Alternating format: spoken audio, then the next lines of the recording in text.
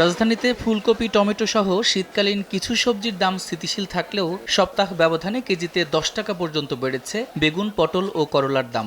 সরবরাহ সংকটে দাম বাড়ছে বলে দাবি বিক্রেতাদের। 2-1 দিন থেকে আজকে সবজিটা বাজারে সরবরাহ কম থাকার কারণে 10 টাকা বেশি গেছে। শীতের সবজি সবগুলোর দাম কমই আছে। শীতকালীন সবজিতে অনেক দাম কম, আর আমরাও সচ্ছিভাবে কম দামে কিনতে পারতাছি। গত সপ্তাহের তুলনায় সপ্তাহে তুলনায় অনেকটা বেশি। তার মানে বলতে গেলে যেটা দাম ছিল হলো 20 টাকা, এই সপ্তাহে এটা 30 টাকার কমে পাওয়া যাচ্ছে না। এদিকে দেশি নতুন পেঁয়াজের সরবরাহ বাড়ায় স্বস্তি ফিরছে পেঁয়াজের দরে। সব ধরনের পেঁয়াজের দামই কমেছে 10 থেকে 20 টাকা।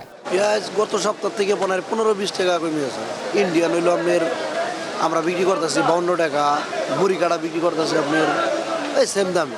স্বস্তির হাওয়া মাছের বাজারেও। ছোট মাছের দাম শিথিল থাকলেও কমেছে ইলিশ, রুই কাতলার দাম। 13টি মশলার এক দারুণ কম্বিনেশনে তৈরি ইফাত রশিদ বিরিয়ানি মশলা। উৎসব এখন প্রতিদিন। ছোট মাছের দাম শিথিল আছে। বড় মাছ আপনার গত সপ্তাহ থেকে 10-5 টাকা 20 টাকা কমছে। কিছুদিন আগে দাম একটু ঊর্ধ্বগতি ছিল, বেশি ছিল, তখন সবার নাগালের বাইরে ছিল একটু, এখন সবাই নাগালের মধ্যেই। বাজারটা আর একটু কম হলে হয়তো অনেকের জন্য অবশ্যই ভালো হইতো।